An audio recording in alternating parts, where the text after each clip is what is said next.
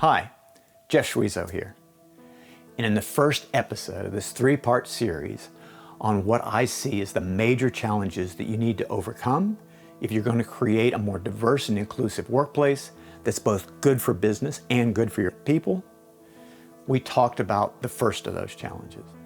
We're asking plenty of questions about the problems in our workplace, but we're not asking enough of the right questions about the solutions, and how the headline statistics around those problems can blind us to the root causes that will allow us to make sustainable, long-term, systemic change.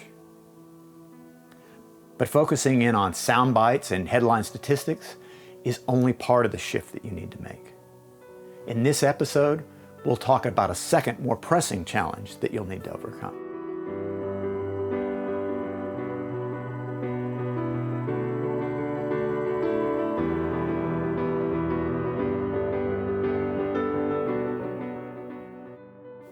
In today's media-driven world, we're expected to be seen to be raging against injustice and inequality, or it's assumed that we don't care.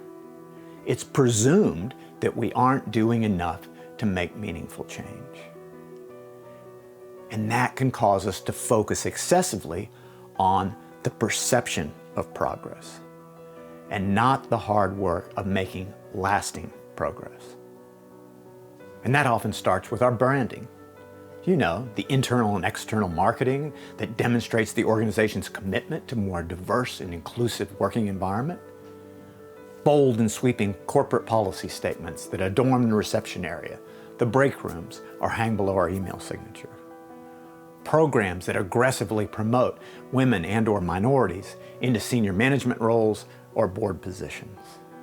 Perhaps significant financial commitment in terms of corporate sponsorships for underrepresented groups or youth outreach programs. Now, don't get me wrong, these can all be very useful initiatives. They can be an important way to redress the imbalance that's lasted for generations. But they can also be a trap. They can be a trap if that's where they stop. I was recently doing some strategic development work with a professional services firm that has a reputation for being extremely progressive, particularly in the diversity and inclusion space. They walk the talk in terms of elevating women into senior management roles and increasing female board representation. Yet when I was interviewing senior managers for our sessions together, 3 of them told me that staff retention was a significant issue. Interesting. Tell me more.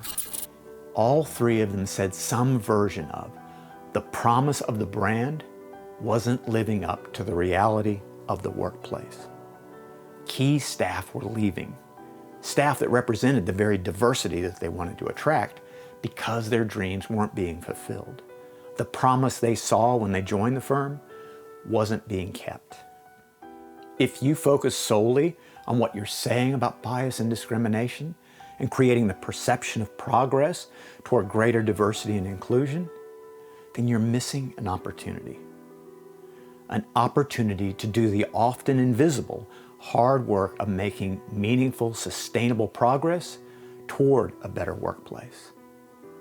An opportunity to have your diversity initiatives work for the business's long-term health so that you create prosperity that allows your people to thrive.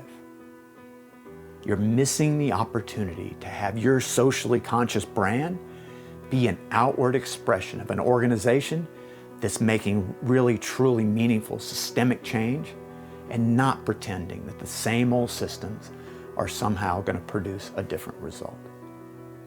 Well, I hope you'll join me for the third and final in this series, where we'll talk about what I believe is the most fundamental challenge you need to overcome if you're going to use the value of diversity to create opportunities, both for your business and for your people.